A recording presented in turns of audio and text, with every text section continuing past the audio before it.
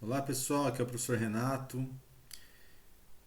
Vamos retomar hoje a gente vai falar das razões trigonométricas. Vamos retomar uma ideia, tá?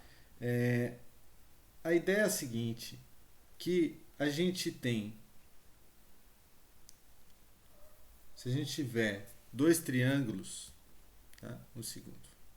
Se a gente tiver dois triângulos de tamanhos diferentes, mas semelhantes, tá? Vamos pôr aqui um triângulo semelhante. Prontinho. O que a gente sabe? Que os ângulos são congruentes, certo? Aqui eu tentei fazer um triângulo retângulo, porque a gente vai trabalhar primeiro com retângulo, mas não precisa ser retângulo, tá? Aí o que acontece? É, vamos pegar aqui umas medidas. 3, 4 e 5 é o triângulo clássico aí, tá? Da terna pitagórica. 6, 8 e 10, tá? O que a gente sabe com triângulos semelhantes? A gente sabe que a proporção entre as medidas se mantém. Então, ou seja, aqui do 5 para 10 dobrou. Isso quer dizer o seguinte, que do 4 para o 8 vai dobrar também. E que do 3 para o 6 também dobra, certo? Essa a relação de dobro, tá? Nesses dois triângulos, tá? Está estabelecida. Essa vai ser a propriedade do ali no da semelhança, tá bom? Aí quando a gente não conhece as medidas, o que a gente faz? A gente faz ali a regrinha de 3, né? Então se a gente não sabe que número é esse daqui, a gente chama de x e fala x está para 4, assim como 6 está para 3, e a gente vai encontrar então o valor de x. Correto? Pronto, tirei todas aquelas coisas ali. Então, aqui a gente não quer encontrar o x. Eu só quero dizer que a gente pode fazer a proporção ali que seria igual à regra de 3, certo? O que eu quero dizer é que 8 está para 4, assim como 6 está para 3. Nós estamos aqui comparando as medidas de um com a medida do outro. Para a gente resolver, normalmente a gente faz assim, né? Multiplica em cruz, né? Mas da mesma forma que multiplica em cruz, a gente pode depois passar dividindo, certo? Na verdade, a gente pode entender isso aqui, ó, assim, que 8 sobre 6, 8 dividido por 6, é igual a 4 dividido por 3. Tá? Então, olha só, essa divisão nesse triângulo vai ser igual à divisão nesse outro triângulo. Tá? Olha só, 4 dividido por 3.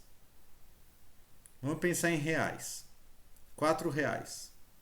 Cada um vai receber R$ 1, vai sobrar R$ 1 para dividir. Então, essa divisão é 1,33333, certo?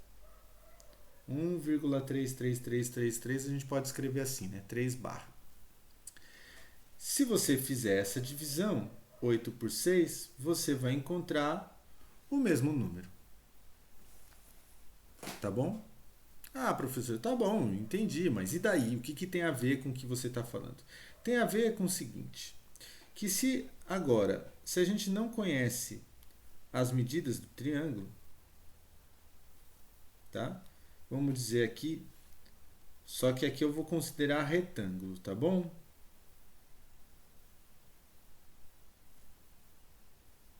Depois a gente estuda os que não são retângulos. Eu não sei a medida, mas eu sei que aqui é A e aqui, sei lá, vai ser A linha. A gente às vezes põe linha só para identificar B, B linha, C, C linha, tá? O que eu sei, então, que aquele raciocínio eu posso usar sempre. Sempre que eu pegar esse e dividir por esse, ó, B dividido por C, os lados correspondentes lá do outro vão dar o mesmo número. Se eu pegar agora o A dividir pelo C, A dividido pelo C, vai e pegar os correspondentes lá, ó, A' e C', essa divisão também vai dar o mesmo número. Essa divisão tem outro nome para isso, né? Essa razão. Essa razão vai dar o mesmo número, tá? E aí a gente pode continuar. Eu posso fazer B dividido pelo A. O B dividido pelo A, ele vai ser igual ao B' dividido pelo A'. Certo? B' dividido... Escrevi errado ali, né? B' dividido pelo A'. Certo? Então veja bem. O que a gente pode fazer? A trigonometria, então, ela vai nos ajudar a achar distâncias inacessíveis. Então, eu não consigo ir lá medir. Então, eu só imagino um ângulo grande, um triângulo bem grande, e pego dali duas medidas. A medida de um ângulo e a medida de um dos lados. E, claro, na verdade, a medida de dois ângulos, né? Porque a gente sabe que um é reto. Então, pegando essas medidas, o que eu faço? Eu desenho um outro triângulo no papel mesmo. E eu meço essas distâncias. E eu sei que aquilo que eu fiz no papel é semelhante ao outro. Só que para não ficar fazendo isso sempre, o que eu faço? Eu faço uma vez só. Só que para não fazer com medidas reais, eu só pego a razão, porque a razão não depende do tamanho do triângulo. Olha só, voltando aqui.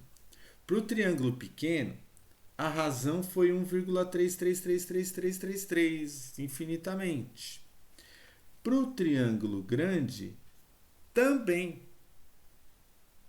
Não importa se o triângulo é pequeno ou se o triângulo é grande. A razão sempre vai ser a mesma. Essas razões nós vamos chamar de razões trigonométricas. Tá bom? E elas não dependem do tamanho do triângulo. Elas existem em todos os triângulos e não dependem do tamanho. Então, o que a gente pode fazer? A gente faz uma vez só o triângulo, qualquer triângulo, e mede de forma bem precisa aquilo. Aí a gente faz a divisão. Aí essa divisão vai valer para todos. Aí a gente anota numa tabela, certo? E aí toda vez que a gente precisar, a gente consulta a tabela e faz. Ah, mas eu não vou fazer com a tabela. Graças a Deus, hoje a gente tem calculadora, tem um monte de coisa, tá? Tem computador. Eu estou falando assim da história e de onde que vem essa ideia, as razões trigonométricas, tá? E aí, para a gente não ficar confundindo as razões, historicamente foram propostos alguns nomes para essas razões, tá? Então, que tem a ver com a localização dessas coisas aí. Porque olha só, aqui eu peguei o B sobre A. O que é o B sobre A nesse meu desenho? Nesse meu desenho, ele é o cateto maior, ó. Esse é o cateto maior e essa é a hipotenusa. Então, se eu estiver falando para alguém por telefone, não está vendo o triângulo, eu falo assim, pega aí o cateto maior e divide pela hipotenusa. Eu estou falando dessa razão. Tá? Mas às vezes a gente não sabe qual que é o lado maior, qual que é o lado menor. A hipotenusa é sempre o maior, mas os catetos a gente não sabe. Então a gente vai fazer relativo a um triângulo, uma posição relativa, tá? Então é isso. E aí então nós vamos dar alguns nomes. Esses nomes não tem lógica. A lógica é da história. Deram esse nome, que são seno, principalmente. A gente vai partir daí. Seno, cosseno e tangente. Tá? Essas serão os nomes que a gente vai dar para essas razões. Então vamos lá, vamos passar agora a definição de seno, cosseno e tangente. Vou escrever.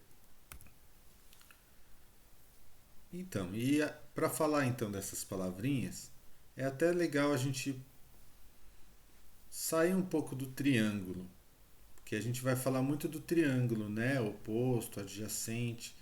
A minha preocupação maior é conversar sobre a palavra adjacente. Veja só, se você tem aqui um quadrado, tá? E você tem esse ângulo aqui, ó, tá? Este lado e este lado são adjacentes ao ângulo vermelho. Vocês já devem ter ouvido falar por aí também, né? Ah, aqui nas adjacências. Quando a gente escuta essa palavra, o que está falando? Aqui na proximidade, né? Aqui perto. É isso que quer dizer adjacente, tá? O lado adjacente é o lado que está pertinho, que está encostado aqui no ângulo, certo? Então nós vamos ter essa nomenclatura. Quando a gente estiver falando de triângulo, retângulo, não gostei, deixa eu ver um outro aqui.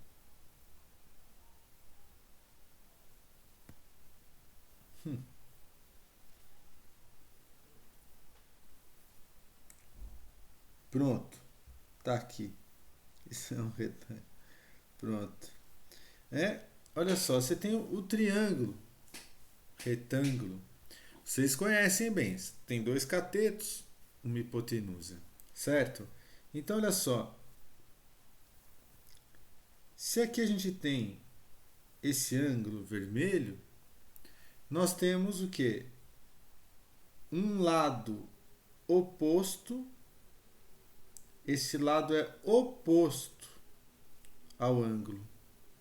E nós temos dois lados adjacentes ao ângulo. Dois. Nós temos esse, que é adjacente ao ângulo, e nós temos este outro aqui. Este daqui é a hipotenusa, esse de cima. E esse aqui é um dos catetos. Dos dois catetos, só um deles é adjacente. O outro lado adjacente é a hipotenusa.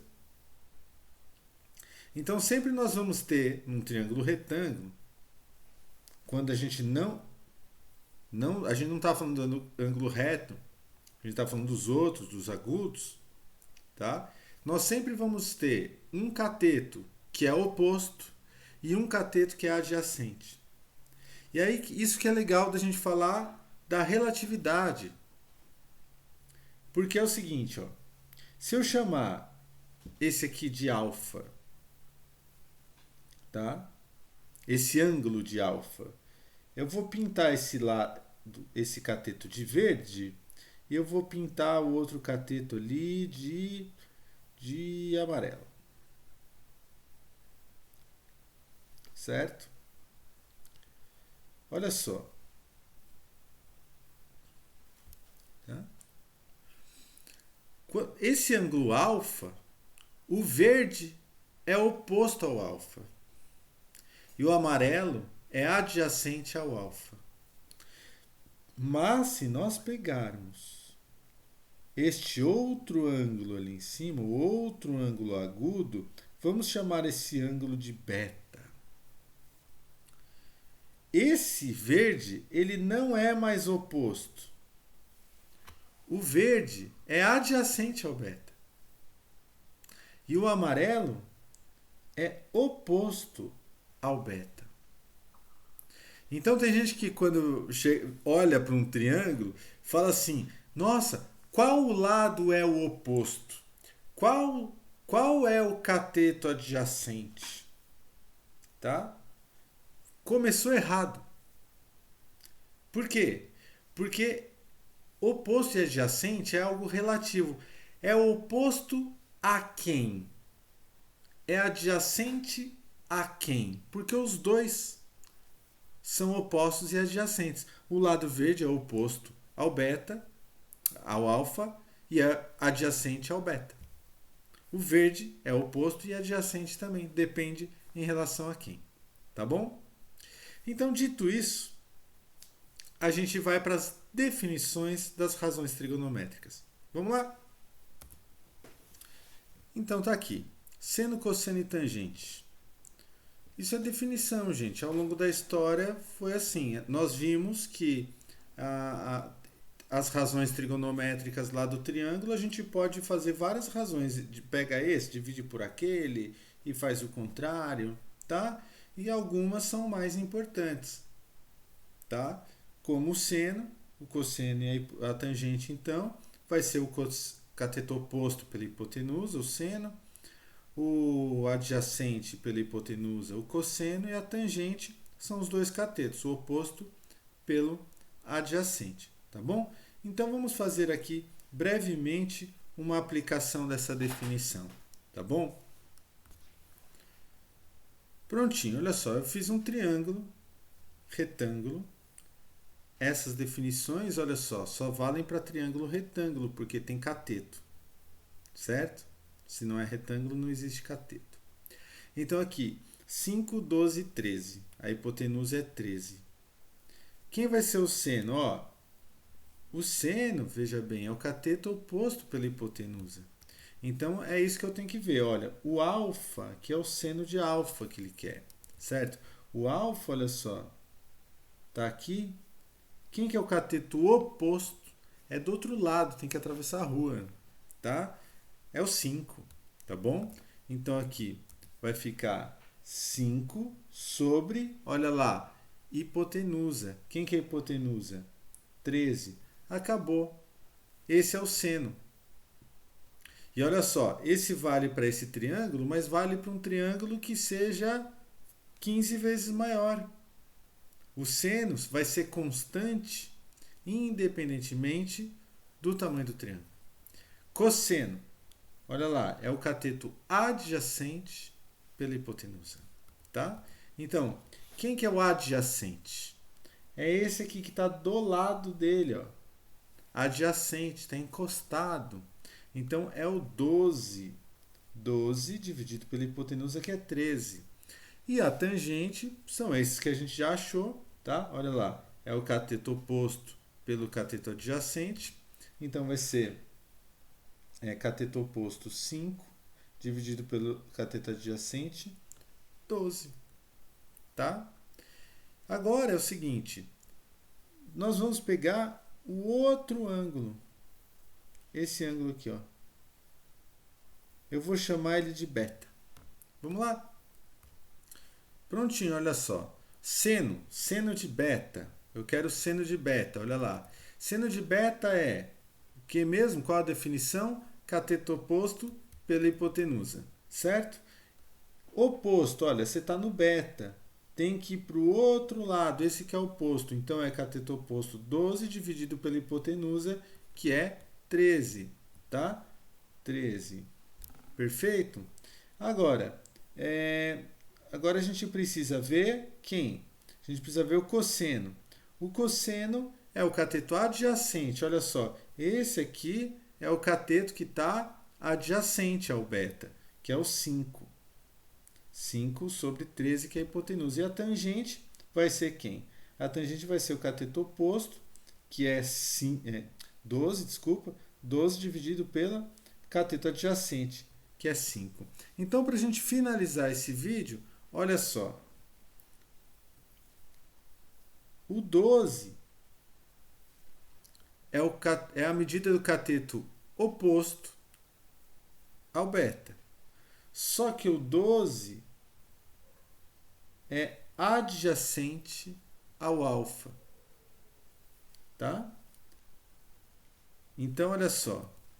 Essas duas coisas aí acontecem. Olha lá. O seno de beta, olha que interessante. Seno de beta é a mesma coisa que o cosseno de alfa. E o cosseno de beta é a mesma coisa que o seno de alfa. E a tangente de beta,